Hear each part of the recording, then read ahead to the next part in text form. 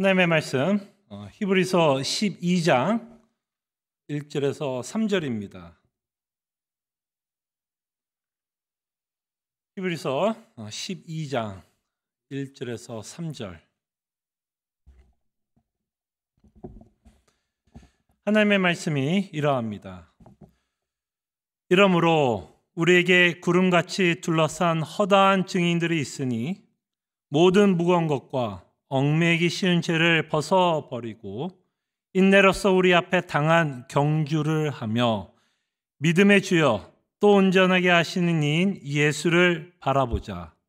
그는 그 앞에 있는 기쁨을 위하여 십자가를 참사 부끄러움을 개의치 아니하시더니 하나님 보좌 우편에 앉으셨느니라. 너희가 피곤하여 낙심하지 않기 위하여 죄인들이 이같이 자기에게 거역한 일을 참으신 일을 생각하라. 아멘. 오늘 본문은 특별히 예수님께서 성도들에게 타락한 세상에 살아가고 있고 죄성을 갖고 살아가는 성도들에게 어떤 삶을 요구하고 있는지를 말씀하고 있습니다. 특별히 신약을 읽다 보면 이런 접속사를 만나게 됩니다. 그러므로 또는 이러므로. 오늘 본문도 이러므로로 시작하는 것을 보게 되는데요. 여러분들이 서신서를 읽다 보다가 이런 접속사가 나오면 많은 경우에는 직접적인 권면이 나온다고 생각을 하시면 됩니다. 그러므로, 이러므로. 그러니까 앞에서 하셨던 말씀을 가지고 기초해서 이제는 그 말씀으로 토대로 어떤 삶을 살 것을 말씀하실 때 많은 경우 이 접속사 이러므로 또는 그러므로로 시작하고 있는 것을 보게 됩니다. 그럴 때 오늘 본문에는 많은 권면의 말씀이 나오고 있는데요. 특별히 오늘 성도들에게 하나님이 말씀하시는 것은 이렇게 말씀합니다. 인내로서 우리 앞에 당한 경주를 하며. 그래서 이 세상에 살아가고 있는 성도들에게 요구하는 것이 있다면 인내를 요구합니다. 아마 지금 우리가 살아가고 있는 이 시기만큼 인내가 많이 요구되는 때가 없었을 것 같은 생각이 드는데요. 인내를 하나님이 요구하고 있고요. 성도들의 삶을 비유하고 있는 단어가 나오는데 그것은 경주입니다. 여러분들과 저는 하나님의 자녀로서 백성으로서 삶을 살아가는데 그 삶이 마치 경주하는 자다라고 설명을 합니다.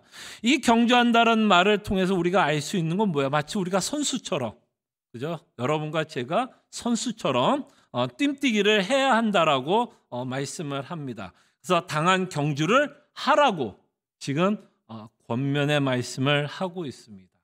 자, 그럴 때 이 경주의 특징이 인내를 요구합니다. 무슨 말일까요?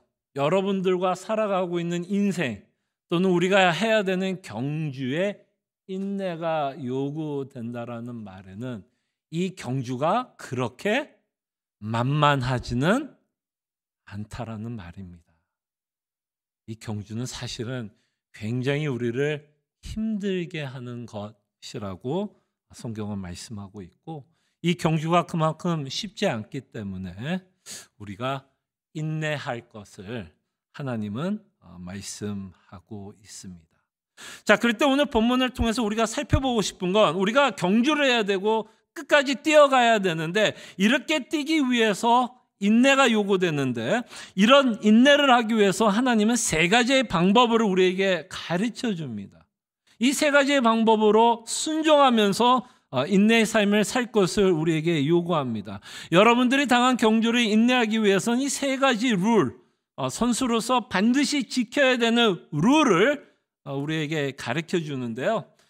첫 번째는 구약에 나왔던 허다한 증인들을 바라보라는 겁니다. 허다한 증인들을, 구약에 나왔던 허다한 많은 증인들을 보라는 말씀을 하고 있고요.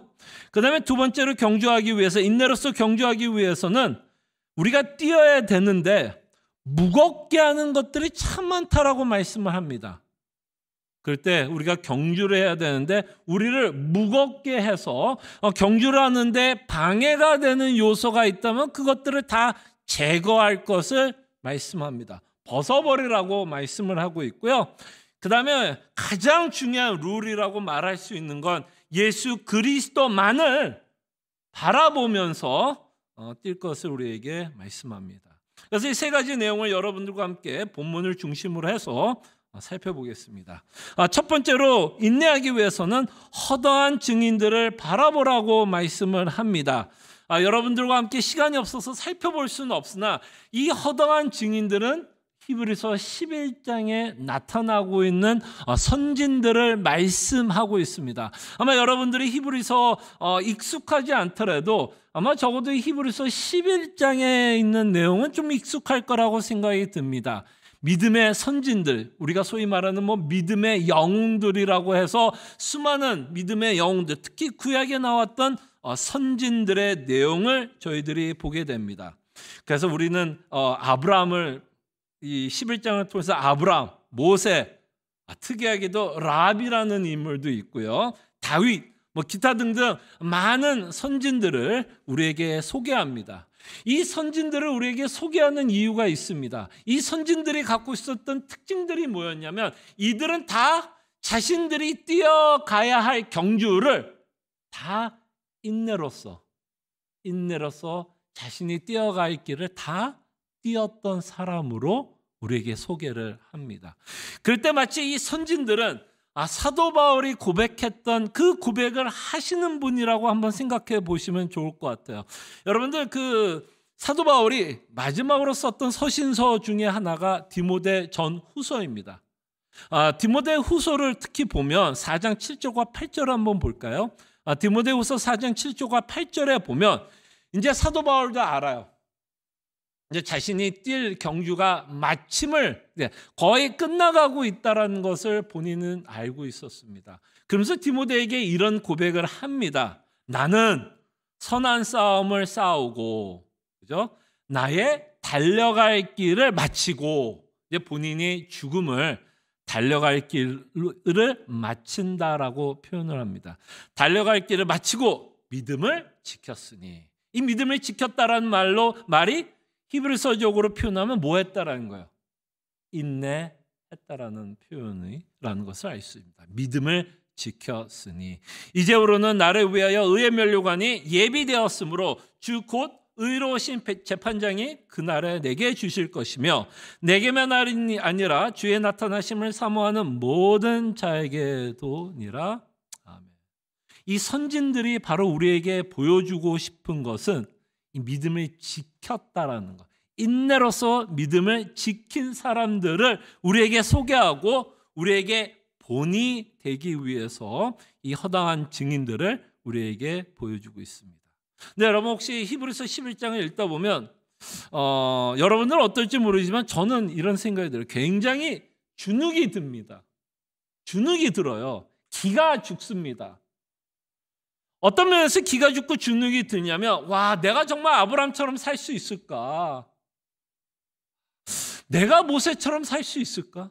나는 다윗처럼 살 수 있을까? 나는 기드온처럼 이 선진들처럼 정말 나는 믿음을 지키며 살아갈 수 있을까라는 제 자신에 대해서도 참 의심이 들고 이렇게 좀 기가 죽는다라고 표현하면 어떨까 싶습니다. 여러분들도 좀 그런 생각이 좀 드세요? 내가 어떻게 아브라함처럼 살 수 있어?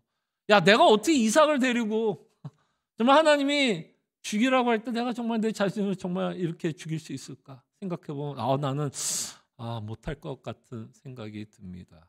근데 여러분, 우리가 이 허다한 증인들을 보면서 우리가 좀 오해는 없으시길 바랍니다. 사실은 이들이 인내로서 믿음으로 자신들이 경주할 경주를 마친 것은 사실이지만 이 허다한 증인들이 우리에게 외치고자 하는 메시지는 사실 그들이 인내했다라는 말이 아니라 사실은 이들이 우리에게 외치는 메시지는 이거예요. 나도 하면 너도 할 수 있어. 이거를 외치는 겁니다. 아브라함의 삶을 통해서도 우리에게 외치는 건 내가 대단한 믿음을 가졌고 내가 믿음을 지켰다라는 자신의 자랑이 아니라 나도 믿음을 지켰다면 나도 믿음을 지켰다면 너도 충분히 믿음을 지키며 인내하면서 하나님을 따라갈 수 있다라는 것을 이 선진들을 통해서 우리에게 말씀합니다. 이 말은 무엇이냐면 이들이 인내할 수 있었고 이들이 달려갈 경주를 할 수 있었던 이유는 그들이 대단했던 사람들이 아니었다라는 겁니다. 대단한 사람들이 아니었어요. 아브라함 여러분 기억나십니까? 하나님이 아브라함을 불렀을 때 여러분과 저와 다르지 않게 저 강 건너편에서 우상을 섬겼던 사람이었습니다. 다르지 않아요. 그러나 그들이 믿음을 지킬 수 있었던 것은 바로 하나님께서 그들에 함께 하셨고 하나님이 그들의 믿음을 보존하셨기 때문에 그들이 믿음의 경주를 마쳤다라는 것을 우리에게 말씀합니다. 나도 하면 너도 할 수 있다라는 것이 바로 이 선진들이 우리에게 외치는 메시지입니다. 여러분 생각해 보십시오. 지금 우리는 참 힘든 시기에 살고 있다라고 말씀하고 여러분들도 지금 이 힘든 시기에 여러 가지 영향을 미치고 있을 거라고 저는 상상해 봅니다. 그래서 여러분들도 인내가 많이 필요할 것이라고 생각합니다. 그러나 여러분 인생을 한번 생각해 보세요. 아마 이것보다 더 심했던 시간들도 혹시 있지 않으셨어요? 처음에 이민 왔을 때, 저희 교인들도 처음에 이민 왔을 때 이야기 들어보면 정말 눈물 없이 못 듣는 이야기가 참 많습니다. 여러분들은 더한 것도 그 전에 경험했던 분들도 있었을 겁니다. 여기 나이 드신 분들은 전쟁도 겪으신 분들도 있을지도 모르겠어요. 정말 우리는 수많은 일들을 당하면서 살아왔습니다. 여러분 곰곰이 생각해 보십시오. 저는 저는 기적이라고 생각을 합니다. 암에 걸려서 병에 낫다. 이것도 기적이겠죠. 근데 진짜 기적이 뭔지 아세요? 그 수많은 세월 가운데 여전히 내가 예수님을 믿고 있다면 저는 그게 기적이라고 생각합니다. 여러분들도 얼마나 많은 일들이 있어요. 하나님을 버릴 수 있는 순간도 있었고 하나님에 대한 오해와 의심했을 때도 있었을 텐데 여전히 여러분들이 그런 수많은 일들 가운데서 예수님을 믿고 있다면 가능하게 하신 분이 누굴까요? 저일까요? 제가 너무 잘나서 지금까지 예수님을 믿고 있을까요? 여러분들이 저도 포함해서 지금까지 우리가 예수님을 믿고 있다면 정말 우리야말로 하나님의 은혜를 정말 듬뿍 받고 있는 것이고 팬데믹이 있던 없던 앞으로도 여러분들의 믿음을 하나님이 지켜주실 것입니다. 진짜 이것이 바로 선진들을 통해서 하나님이 우리에게 말씀하시고자 하는 메시지입니다. 기죽지 마십시오. 하나님이 이들을 지킨 것처럼 하나님이 여러분들의 인생도 지키고 계시다라는 것을 여러분들이 지금 여전히 예수님을 믿고 있는 것을 통해서 확인하시기를 바라고 그것이 확인이 된다면 여러분들은 충분히 어떤 어려운 상황 가운데서도 인내하면서 경주하실 수 있습니다. 두 번째로 우리가 경주하기 위해서는요. 그냥 가벼워야 경주를 할 수 있습니다. 그래서 우리를 무겁게 하는 것, 우리가 뛰어야 되는데 그 뛰는 것을 방해하는 모든 것을 벗어버려야만 저희들이 경주를 조금 더 수월하게 경주할 수 있습니다. 여러분 이건 너무 당연한 말씀 아니에요? 여러분 가운데 혹시 운동 좋아하시는 분 계십니까? 혹시 아침마다 자깅 하시는 분 계세요? 여러분들도 혹시 저를 초면이 계신 분들도 계시겠지만 제가 이 교회 여러 번 와서 설교를 하니까 여러분들 저를 아시는 분들도 계실 거예요. 여러분 저를 보면 어때요? 좀 슬림해 보여요? 웃으시는 거 보니까 슬림은 안 하다라는 것이죠. 지금 전 슬림하지 않아요. 뚱뚱한 쪽에 있습니다. 그래서 제가 못하는 운동 중에 하나가 운동 다 못하지만 뛰는 거는 더더욱 못해요. 오래 뛸 수가 없어요. 뭐 여러분들 보시기에 제 나이가 몇 살 정도로 보일지는 잘 모르겠지만요, 이제 뛰면요 무릎도 아파요. 발목도 아프고. 물론 나이가 들어서 뭐 조금 이제 나이가 들어 뭐 여러분보다는 훨씬 어릴 수도 있지만 어쨌든 나이가 들어서 이제 무릎과 발목이 이제 좀 노쇠해서도 그럴 수도 있겠지만 이 무릎이 아프고 발목이 아픈 이유가 뭘까요? 뛴다면 몸이 무거우니까 당연히 아프죠. 사실 예수 하나님은 굉장히 우리에게 상식적인 이야기를 하고 있습니다. 우리가 경주를 해야 되는데 뛰어야 되는데 분명히 우리가 뛰는 데 있어서 우리를 방해하는 것들이 참 많다라는 것입니다. 그럴 때 하나님이 이렇게 말합니다. 우리가 뛰어야 되는데 우리를 얽매이게 하는 게 있고요. 그 다음에 죄가 있다라고 말씀합니다. 얽매이게 하고 죄가 있다라고 말씀합니다.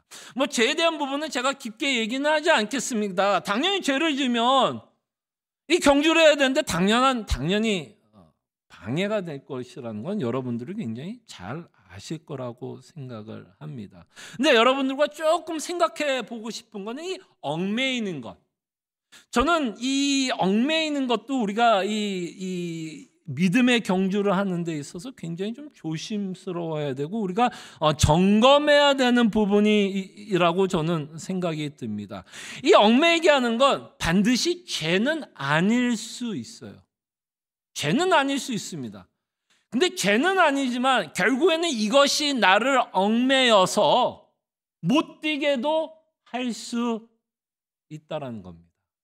그런 것들이 뭐가 있을까요, 여러분? 우리가 살면서 죄는 아니지만 경주를 하고 뛰어야 되는데 이것이 나를 얽매이게 해서 뛰는데 걸치장스럽게 하고 뛰는데 방해가 되는 것이 있다면 무엇이 있을까요? 저는 그중에 우리를 가장 얽매이게 하는 것 중에 하나가 미국에서 살면서 가장 얽매이게 하는 건 죄송합니다. 조금 직선적으로 표현할게요. 저는 돈이라고 생각합니다. 근데 여러분 곰곰이 생각해봐요. 돈은 죄가 아니에요, 사실. 아니 그 종이가 뭐를 잘못했다고 그 돈이 죄가 되겠어요. 그죠? 근데 뭐가 문제가 될 수 있냐면 그 돈을 향한 내 마음이 문제가 될 수 있다는 거예요. 돈 자체는 문제가 없습니다. 돈이 많은 것도 문제가 없고요. 돈이 적은 것도 문제가 없어요. 그러나 우리가 그 돈에 대해서 어떤 가치관을 부여하느냐, 내가 그 돈에 대해서 어떤 생각을 하고 살아가느냐는 우리가 경주하는데 굉장히 큰 방해가 될 수 있다는 겁니다. 그때 사탄은, 마귀는 굉장히 영리한 방법으로 저희들을 이 경주하는 데에 방해를 주는데요. 이 사탄은 끊임없이 여러분 생각해 보세요. 사탄이 사탄이 갖고 있는 최고의 무기, 성도를 향한 최고의 무기가 있다면 여러분들이 창세기 3장을 한번 생각해 보시면 이 뱀이 하와와 아담을 어떤 식으로 어떤 무기로 그들을 하여금 죄를 짓게 했냐면 속임수로 그들을 죄를 짓게 했습니다. 그럴 때 마귀와 사탄은 끊임없이 우리를 뭐하냐면 속입니다. 뭘로 속여요? 돈으로 우리를 속입니다. 돈으로 우리를 속여요. 자, 오해는 하지 마십시오. 돈이 필요 없다는 얘기 아닙니다. 이거 우리 교회가 아니니까 편하게 얘기해. 저도 돈 좋아해요. 진짜 좋아합니다. 돈 싫어하는 사람이 어디 있어요? 목사가 돈이 좋아할 수도 있고 돈도 필요합니다. 그 마음이 중요한 것 같아요. 내가 어디에다가 가치를 두고 있느냐. 그래서 사탄은 끊임없이, 마귀는 끊임없이 돈이 하나님보다 더 가치 있다라는 식으로 끊임없이 우리를 속여요. 그래서 이따가도 보겠지만 우리가 예수 그리스도만을 바라보면서 뛰어야 되는데 이 그리스도를 바라보고 뛰는데 최고의 적 중에 하나가 돈이 되고 있는 것을 보게 됩니다. 그래서 여러분들은 돈이 굉장히 중요하고 우리 일생에서 굉장히 필요한 것은 사실이나 과연 우리는 하나님보다 이 돈에 더 많은 가치를 두면서 살아가고 있는지는 우리가 스스로 점검할 필요가 있고요.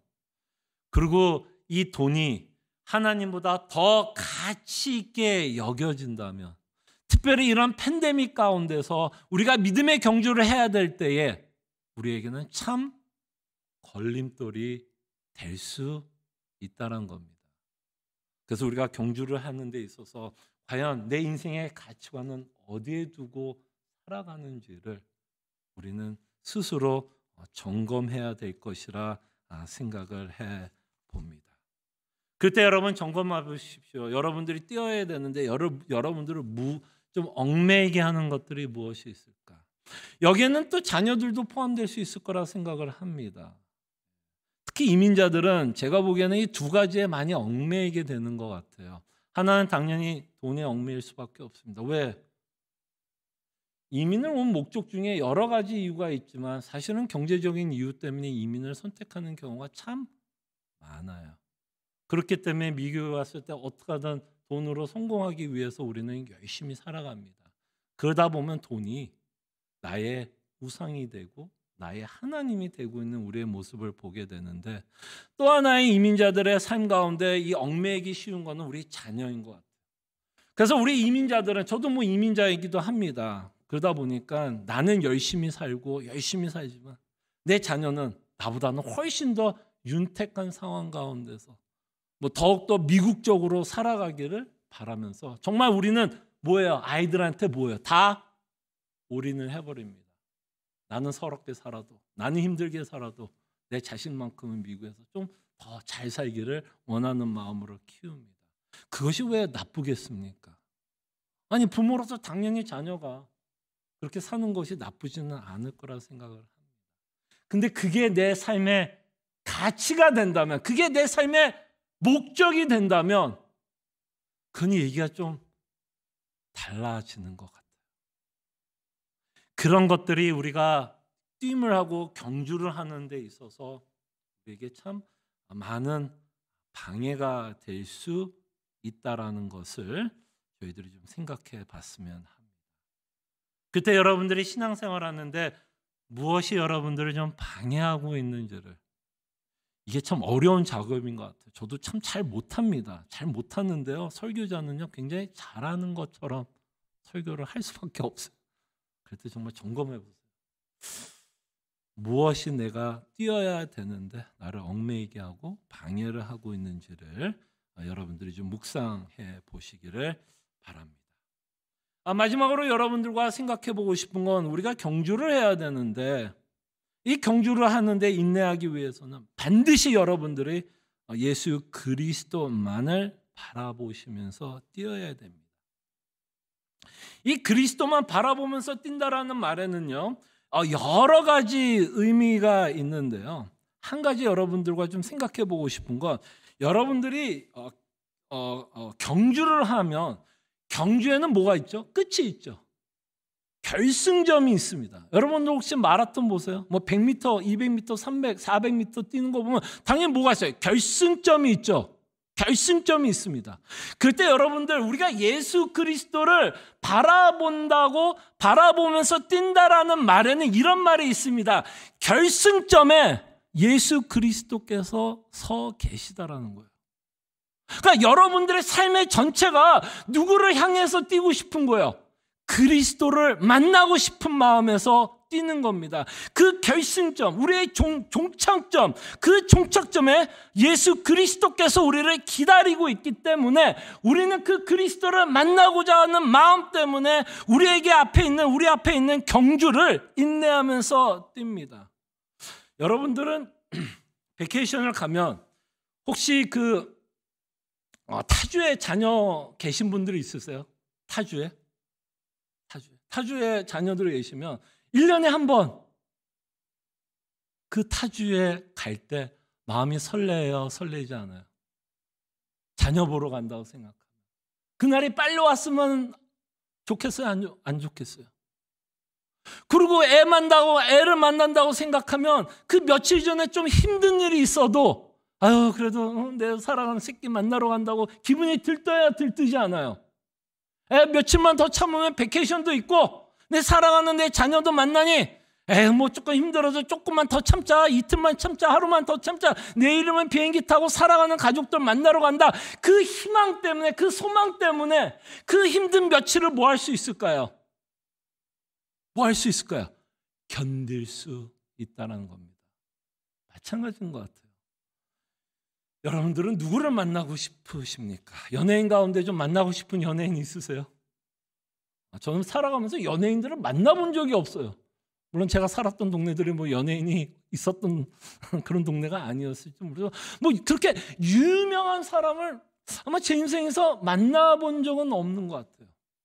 근데 제가 진짜 한번 만나고 싶은 분은 한 분 있어요. 누군지 아세요? 예수님이에요. 지금 저는 예수님을 믿음으로밖에 확인이 안 돼요. 솔직히 말하면 저는 예수님이 어떻게 생겼는지도 몰라요. 뭐 가끔 가다 뭐 그림 그려놓습니다. 그죠? 그래서 대충 예수님 저렇게 생기셨나? 라는 상상은 해볼 수 있지만 정말 나를 위해서 십자가에 죽으신 그 예수님이 어떻게 생겼는지는 저는, 그리고 나를 구원하신 그 예수님을 정말 제가 여러분, 여기 장로님 계시지만 제가 장로님을 얼굴과 얼굴을 만나는 것처럼 맞대어서 장로님 이렇게 생기셨구나, 집사님 이렇게 생기셨구나, 그런 것처럼 여러분들도 예수님 정말 얼굴과 얼굴로 만나고 싶지 않으세요? 만나고 싶지 않으세요? 여러분들을 구원하신 그 예수님, 여러분들이 타주에 가서 정말 자녀를 만나고 싶은 그 설레임처럼 우리도 그 예수 그리스도를 만나고자 하는 마음, 바로 그것이 예수님을 바라보면서 뛰고 있는 우리의 모습이 되어야 한다는 것이죠. 허공을 바라보면서 뛰는 것이 아니라 정말에 아까도 뭐 새하늘과 새 땅에 관한 기도를 하셨던 걸로 제가 기억을 하는데, 그 정말 새하늘과 새 땅에 들어가서 정말 나를 구원하신 예수 그리스도를 만날 것을 생각하면 설레요. 소망이 생기고요. 그리고 힘든 일 가운데서도 인내하게 됩니다. 왜? 만나고 싶어서. 근데요, 이 예수님은요, 또 재미나는 이야기를 합니다. 여러분, 요한계시록에 보면 이 새하늘과 새 땅에 들어가서 예수님을 만나면 이런 표현이 있어요. 예수님이 뭐를 해주실 것이라고 약속을 하냐면 우리의 눈물을 닦아줄 것을 약속합니다. 근데 이 말은 무슨 말일까요, 여러분? 여러분들의 눈물을 닦아주신다라는 말에는 그만큼 우리가 성도로서 이 땅에 살아갈 때, 경주를 할 때 눈물 흘릴 일들이 참 많았다라는 거죠. 아마 여러분 인생 가운데서도 과거를 회상해 보면 참 눈물 많이 흘렸을 일들이 많았을 거고, 또 지금도 이런 시기라 또 여러 가지 영향을 받아 눈물을 흘릴 수밖에 없는 상황일 수도 있을 것 같아요. 그러면서도 악착같이 예수 그리스도만 믿으면서 지금 뛰고 있습니다. 그럴 때 여러분, 결승점에서 누가 기다린다고요? 예수님이. 그래서 저는 그런 구절을 보면서 이런 상상을 해봐요. 예수님이 내 눈물을 닦아주신다라고 말씀할 때 예수님이 나를 어떻게 반겨줄까? 저는 이렇게 상상해봤습니다. 결승점에 우리가 이제 도착하는 날 예수님이 우리를 안아주시고 눈물을 닦아주시면서 이렇게 칭찬해 줄 것 같아요. 야, 근춘아, 너 그때 어떻게 참았니? 물론 예수님 때문에 참은 거죠. 그죠? 복음 때문에 참았어요. 근데 마치 우리가 참은 것처럼 막 인정해 주고, 야, 너 진짜 대단하다. 너 어떻게 그때 참았냐? 야, 너 진짜 잘 뛰었다. 그러면서 이제 마지막으로 예수님이 이럴 것 같아요. 야, 이제부터 놀자. 이제부터 영원히 놀자. 너가 그만큼 80년 살아가면서 힘들게 이제 살아왔으면 이제부터 뭐야? 영원히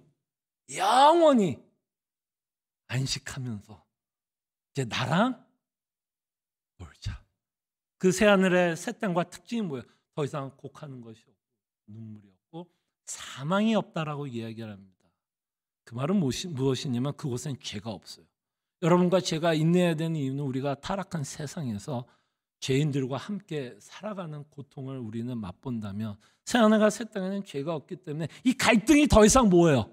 여러분과 제가 이 일생 가운데 겪고 있는 그 갈등을 더 이상 맛보지 않는다.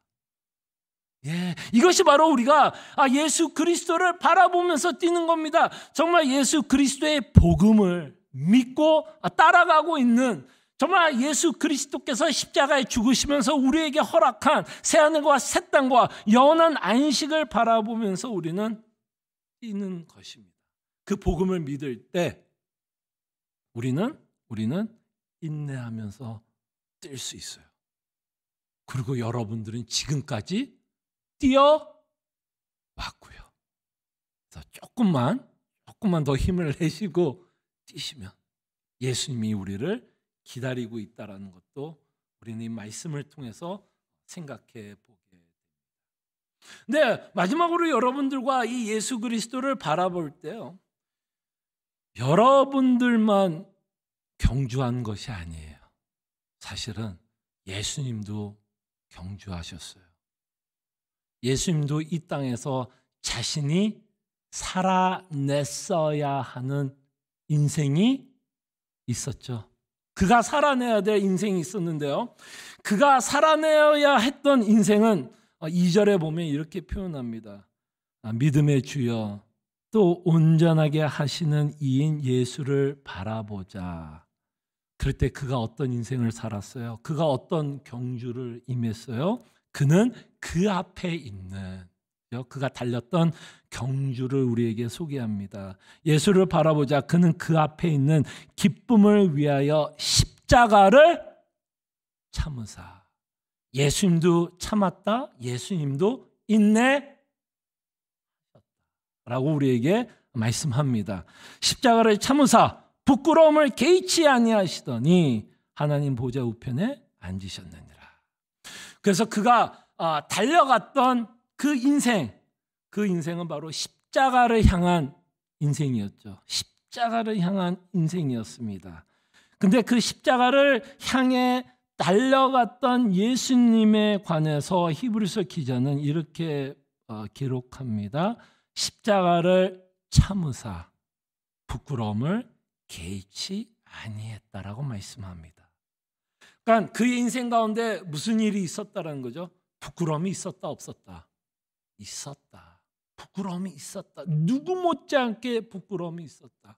그러나 그 부끄러움도 예수님은 개의치 않았다. 근데 여러분, 예수님이 당했던 부끄러움 또는 예수님이 당했던 고난에 대해서 우리가 잠깐만 생각해 보면, 예수님이 당했던 고난은 여러 가지 의미의 고난이 있습니다. 하나는 육체적인 고난이죠. 상상이 갑니까? 십자가를 짊어지고 십자가에 못 박혀 죽는다라는 게 상상이 돼서 저는 솔직히 말하면 상상이 안 돼요. 제가 몸이 이렇게 조금 뚱뚱한 이유가 있어요. 그 중에 하나가 왜 제 몸이 뚱뚱해? 저는 먹는 걸 참 좋아합니다. 이 먹는 걸 좋아하다 보니까 제가 잘은 못하지만 요리를 해서 먹어요. 그럼 요리를 하면 그 안에다가 제가 좋아하는 음식을 다 집어넣습니다. 뻐러면 뻐러, 치즈면 치즈, 그냥 느끼하게 해서 먹습니다. 그러니까 몸을 이렇게 유지하면서 살아요. 자, 근데 가끔 이제 요리를 하다 보면, 제가 이제 칼질을 하다 보면 손에 비어요. 칼에 비어요. 근데 그 비는 것도 참 아파요. 뭐 그렇게 깊이 비는 것도 아니에요. 근데 이렇게 살짝 픽 할 때 아파요. 근데 여러분 상상해 가세요. 대못이 큰 뭐 4개가 손목과 발목 사이에 뚫고 들어간다는 그 고통이 어떻게 우리로서 좀 상상을 할 수 있는 고통일까요? 모르겠어요. 저는 좀 상상이 안 가요. 그것이 얼마나 아팠을까? 저는 좀 상상이 안 가더라고요. 엄청 고통스러웠을 것 같아요. 그 다음에 그는 또 정신적인 고통도 있었죠. 그 십자가에 죽을 때 여러분, 그 십자가가 육체적인 고통을 주는 것도 있지만 사실 십자가가 주는 또 하나의 고통은 부끄러움이었어요.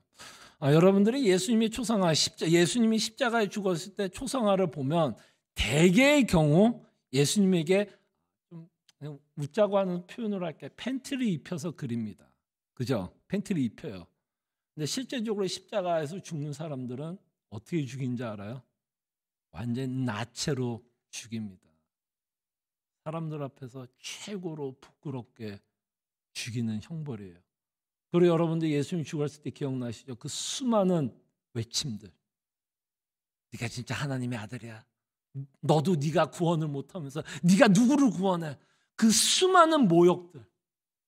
얼마나 많은 부끄러움을 당하면서 예수님이 그 십자가를 짊어지셨습니까? 근데 그 중에서 가장 부끄러웠던 것, 어쩌면 예수님이 가장 아파하고 고통스러운 것이 있었다면 여러분 육체적인 것도 아니었을 것 같고요. 정신적으로는 부끄러움도 아니었을 것 같아요. 예수님이 십자가에 죽었을 때 그에게 가장 고통스러운 건 사실은 자신이 가장 사랑했던 하나님 아버지로부터 오는 심판이 아니었을까 생각을 합니다.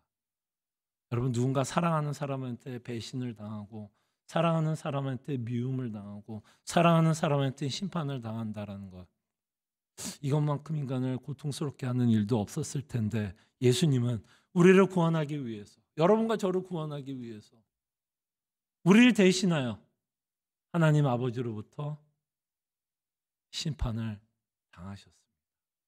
뭐예요? 부끄러움을 개의치 아니하시고 십자가에 죽으셨던 예수님을 보게 됩니다. 근데 저는 이 구절을 볼 때마다 저를 참 뭐라 그럴까, 이해를 못하게 하는, 참 대단하다라고 표현을 해야 될까라는 그 단어가 하나 있어요. 이 2절에 보면 가장 저를 놀라게 하는 단어는 뭐냐면 이거예요.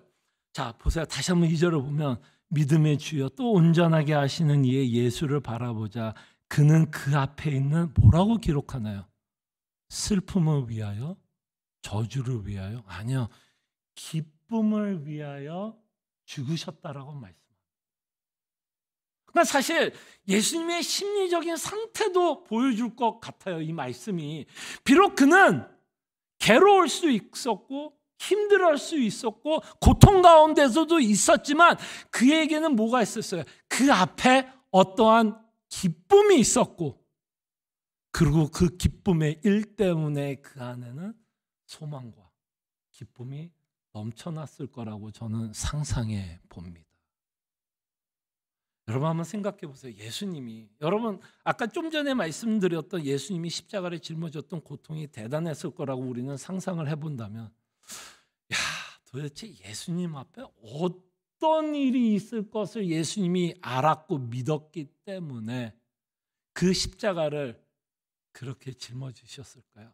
그 기쁨의 일이 뭐였을까요? 예수님이 이렇게 십자가에 죽으면 그에게 있을 기쁨이 뭐였을까요? 여러분, 그 기쁨이 뭐였는지 아세요? 뭐였는지라기보다는 누구라는 표현이 맞겠죠. 누구 때문에 기뻤는지 알아요? 여러분 때문에 기쁜 거예요.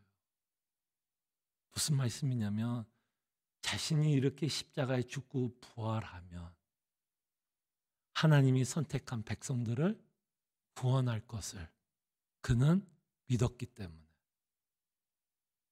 여러분들이 지금 몇 시냐면요, 1시 54분이네요. 오후 1시 45분에 이 자리에 나와서 하나님께 예배할 이 모습을 보면서 십자가에 죽으셨어요. 이게 예수님의 기쁨이었어요. 예수님 앞에 있을 그에게 가장 큰 기쁨은 자신이 십자가에 죽음으로써 우리에게 무엇을 줄 거기 때문에,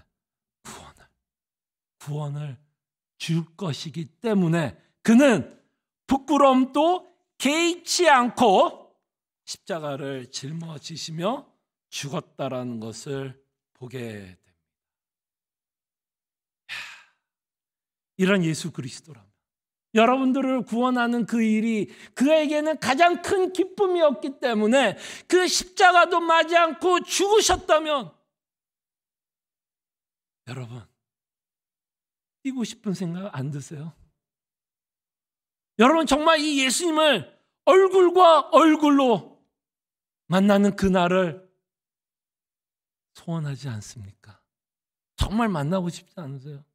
정말 나를 위해서 십자가에 죽으시며 나를 위해서 그 죽었던 그 죽음을 부끄럽게 생각하지 않고 그 죽음을 통해서 나를 구원할 것을 소망하면서 그 십자가를 짊어지셨던 예수 그리스도의 복음의 사건을 보면서 우리도 뭐예요?